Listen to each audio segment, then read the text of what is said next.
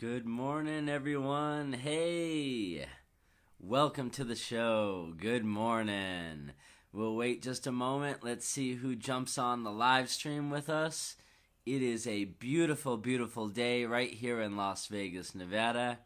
You've made it to the Coffee and Charisma Show, and I'm your host, Joe Sacco. All right, let's wait just a moment. We'll see who's up with the birds. We go live every morning, 7 a.m. Pacific Standard Time. We talk about all sorts of subjects, including inspirational stories, motivation, and creating positive change in our community. All right. Let's see who's up with the birds. There's a few different things that I want to talk about today, but I think I'll start first and foremost with this. Toilet paper. Who needs some toilet paper today? Raise your hand if you're out of toilet paper. And I'll tell you what we're going to do about it. James is watching. Mondo Sanchez is on the live stream with us. We're talking TP for you and me. All right. Well, very, very short story. I've just got to get this off my chest because yesterday I posted a picture of some toilet paper. And you would think that it would be so innocent because in the post, what I said was that yesterday, and this is a true story, yesterday, the day before yesterday, let me start from the beginning. Stories should start from the beginning. And again, I welcome you to the show, Coffee and Charisma. Joe Sacco here to tell you a story, hopefully get some laughs, get you to invite and share this page with people that you like and care about. If you enjoy the content, I appreciate all the love and support. Today, I just briefly want to touch on this issue of toilet paper, giving to others in need, and then what the subsequent consequences are to that. All right? So 2 days ago, I went to our local Costco, one of our local Costcos right here in Las Vegas, and I bought a 32-pack of toilet paper. Much like my family always does, we've always been known to stock up on essentials like toilet paper, like water, like canned goods. You know, my folks, my family, we've never been quote-unquote hoarders. However, we've always had extra on hand. We've been blessed like that, you know. My family, I grew up in a small business family. My folks owned restaurants. Because of that, we always had a house full of food. It's been a blessing to be a Sacco. What can I say? I'm very, very thankful the way my family prepared and took care of us kids. And so 2 days ago, I bought a 32-pack of toilet paper. Just one pack. You know, everything at Costco is bigger. And I decided when I got home, I really don't need all this toilet paper because more or less it's just me and I don't go to the bathroom that much. It'll take me a year to go through this toilet paper. So, what I did was I made a post. I put a picture of toilet paper and I told a short story about yesterday how I gave a few rolls of toilet paper to an elderly woman. I met the woman. She's not that old, okay? She wasn't like 90 or anything, but she was older, a senior, right? And she was very fearful of going to the grocery store to get her own toilet paper. So she asked her friend for help. Her friend on Facebook reached out to me, and I delivered a couple of rolls of toilet paper across town. Aaron, thanks for watching. Hey, we're just doing a quick story about toilet paper, and then we're on to our topic of the day, which is all about our happy childhood memories that we maybe have forgotten about, and now in the days of quarantine, some of us, myself especially, I've noticed this, we're getting back to our childhood. Not mentally, well, in a way. I'll get to that in a moment, though. Today, though, and I thank everybody for joining in, this is Coffee and Charisma. Toilet paper and happy memories of childhood is on the agenda for today. Getting back to the story. Yesterday, all I did was a good deed. I gave a couple rolls of toilet paper away, and I really thought about it. I thought, should I tell my Facebook audience that I gave toilet paper away? Should I do it or should I not do it? And here's what my process was. Joseph, good morning.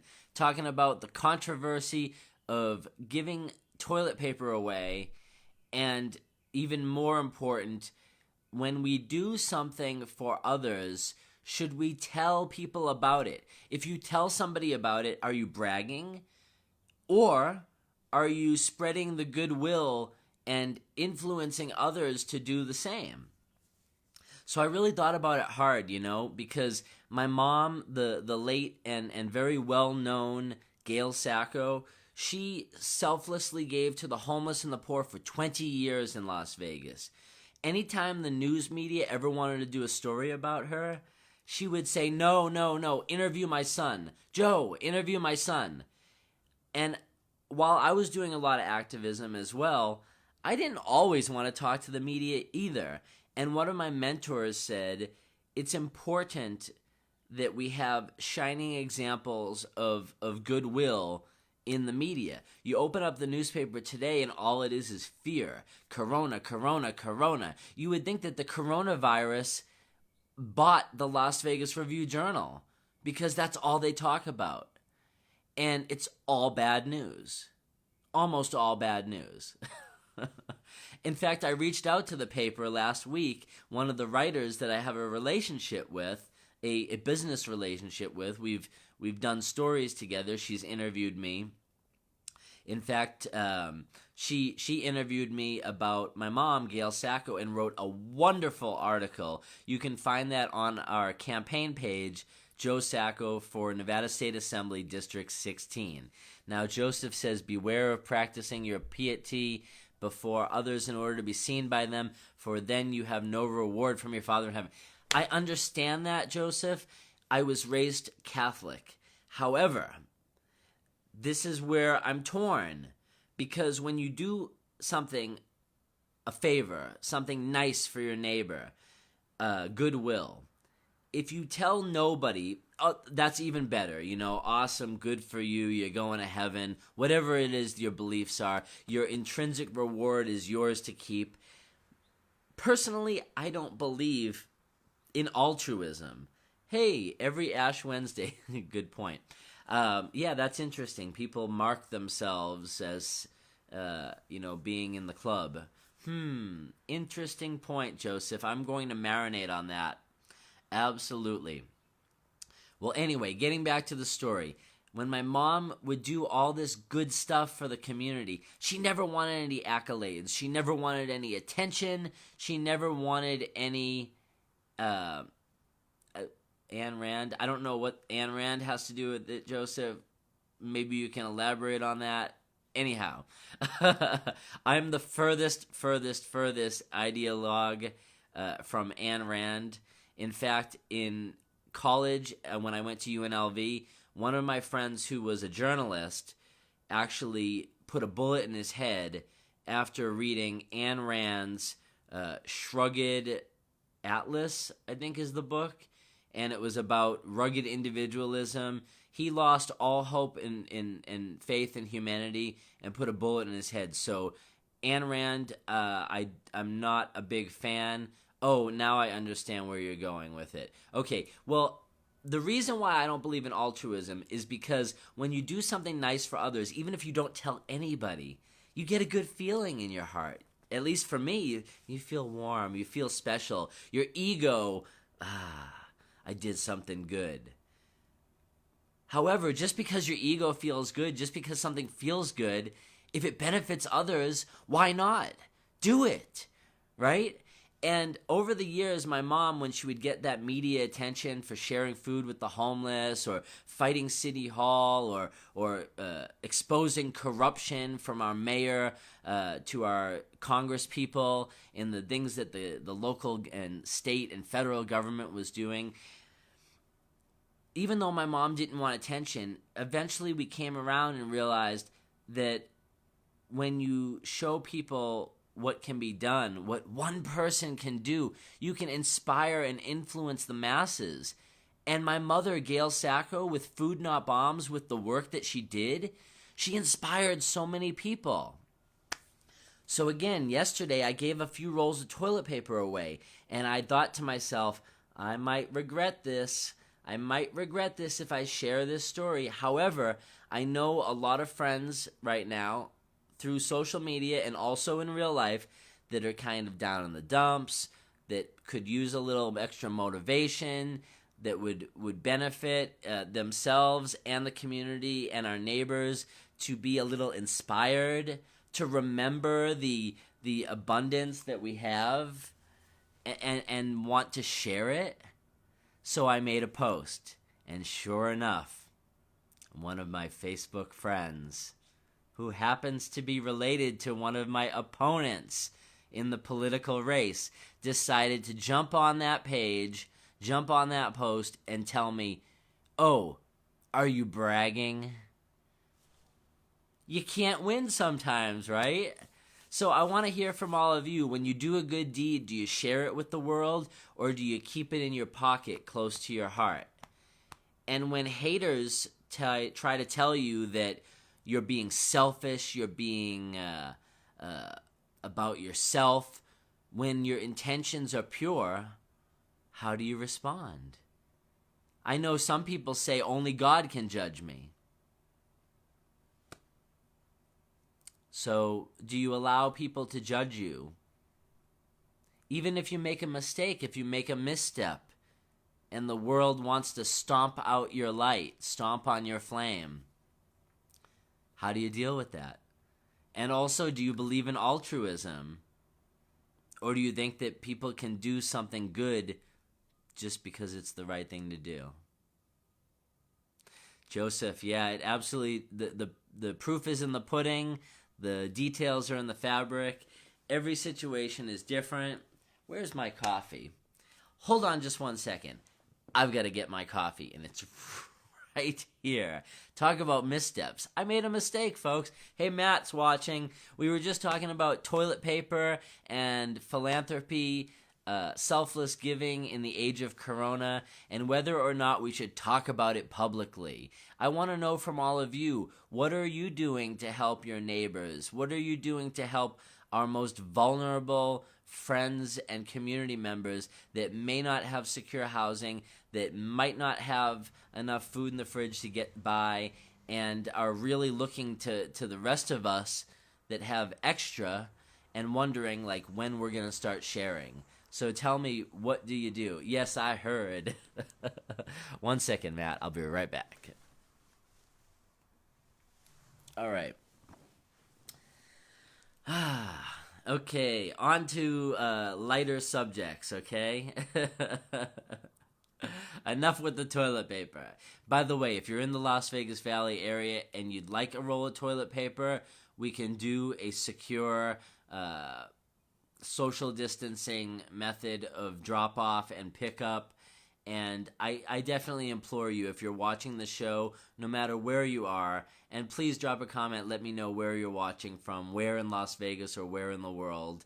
I definitely think there's nothing wrong with spreading love, with spreading kindness, compassion, generosity. All these things are great. And once again, you know, our campaign for Nevada State Assembly, District 16, you know, if you support it, great. If you hate it, you know what Mom used to say growing up. If you don't have anything nice to say, don't say anything at all. And at the risk of being judged for being a show-off, I'm putting my neck out there as the face and as the voice of our movement.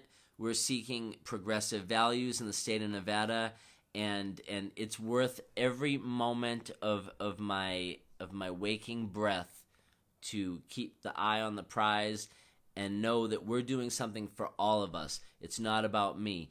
And whenever you start to shine, whether you're a musician or a business owner that's being successful or a leader in the community, no matter what it is that you do, when you start to rise to the top, people try to pick you off. And haters are what make us famous. Just be sure that you're strong in your heart. If you're going to put up what you do in life, know that judgment may come around you. And I think that was what the lesson was here. Citywide moment of silence, Joseph. Okay.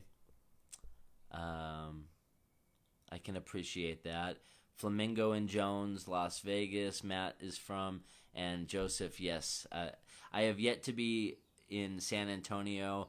You told me great things about the Riverwalk, about the vibrant diversity of your community, and I'm still very, very excited to make a visit.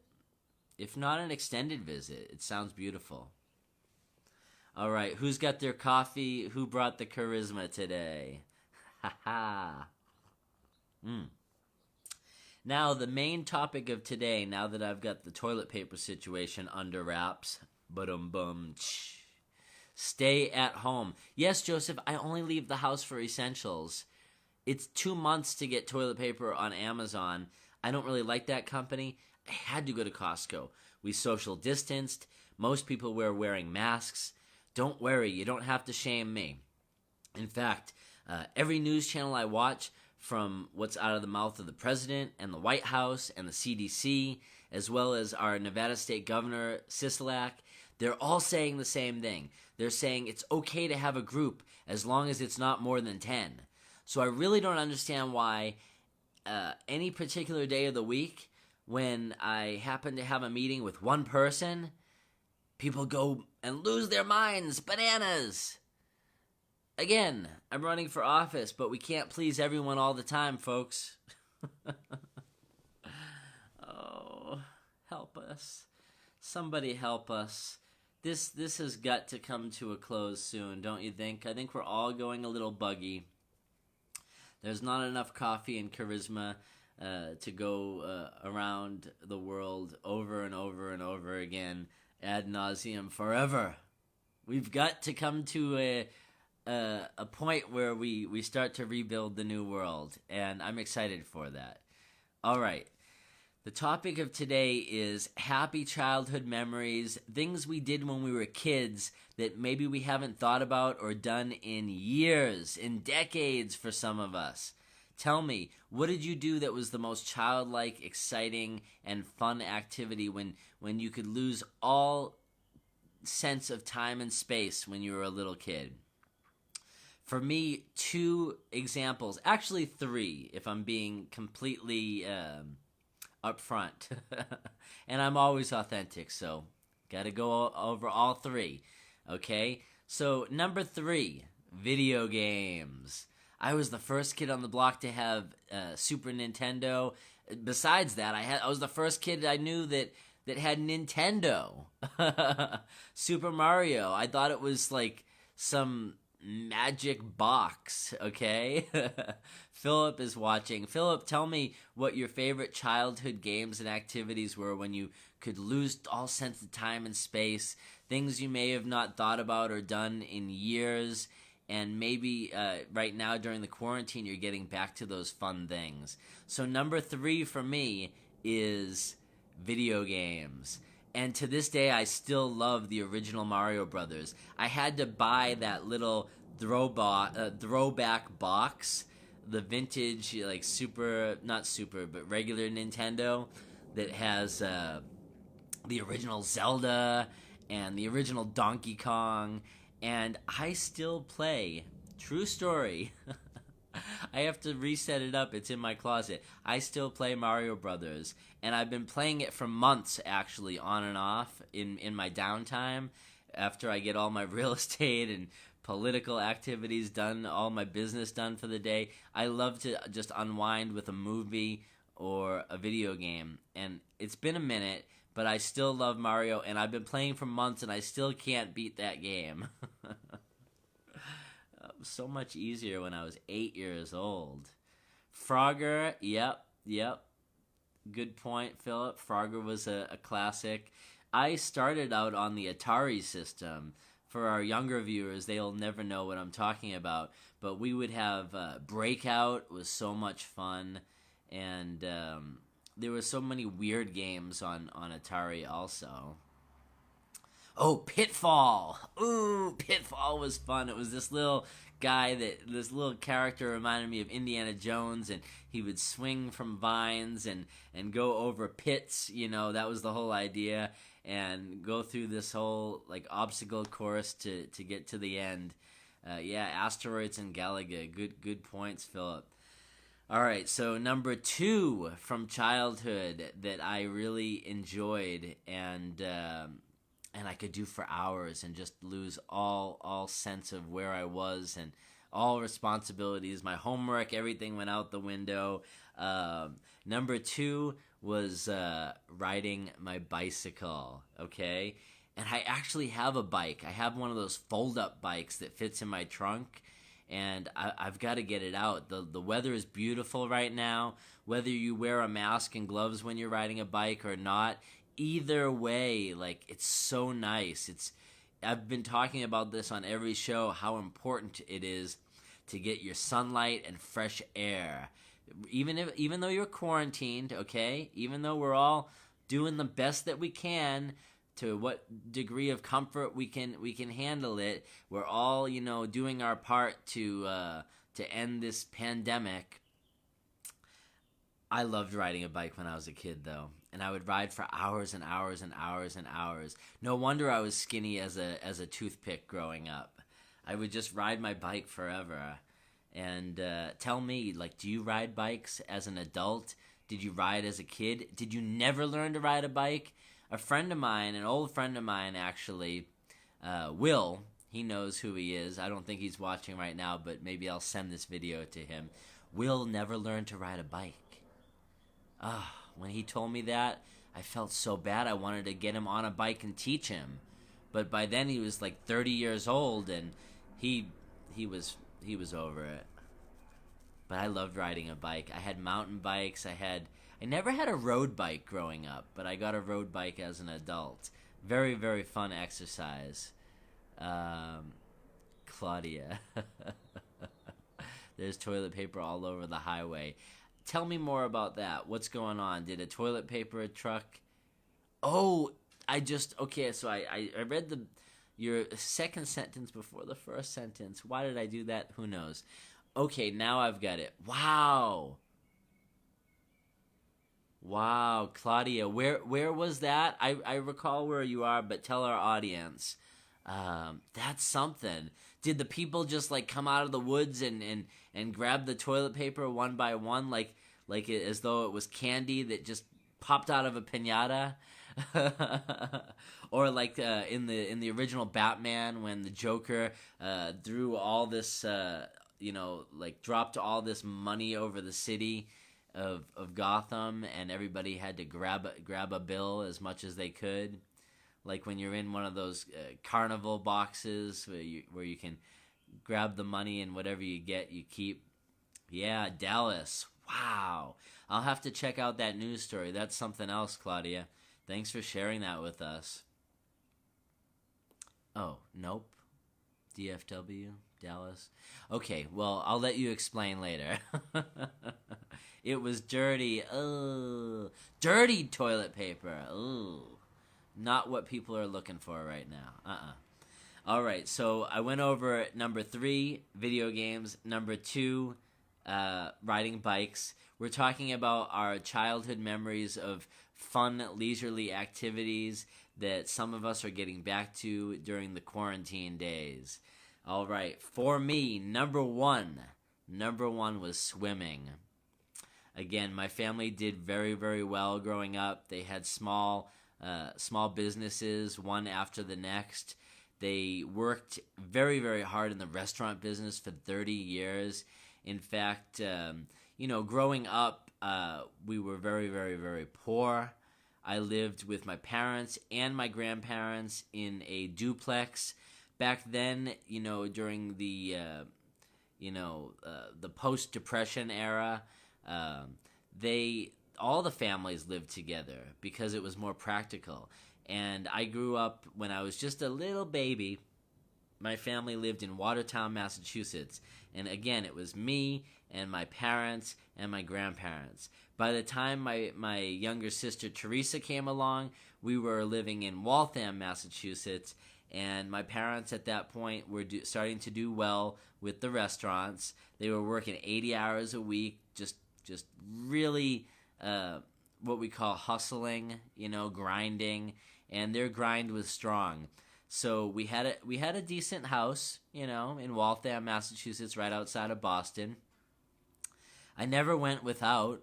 There's no surprise there. I was pretty spoiled as a kid. I'm very thankful that my parents were able to provide so much. I realize that not everybody had that story, which is why I think it's important for those of us with extra to share with those that have less. Okay? And so my parents had a pool. We had a kidney-shaped pool in the backyard with a deep end. I think the deep end went like 10 or 12 feet. It was like swimming down to the bottom depths of the ocean. At least it felt that way when I was a kid. When we're little kids, everything small as an adult seems so much bigger. And that was no different for my experience in the pool. In fact, I would always get swimmer's ear in both my ears because I have narrow ear canals that I was born with. And I would love diving and swimming deep down into the bottom of the pool, and I would touch the filter. There was this round grated filter at the very bottom of the pool. Oh, I loved swimming. I would swim 4 to 5 hours every day after school, especially as it was getting close to summertime, and I really, really miss swimming. So tell me, what was it in your early childhood that made you happy and smile and just be a kid?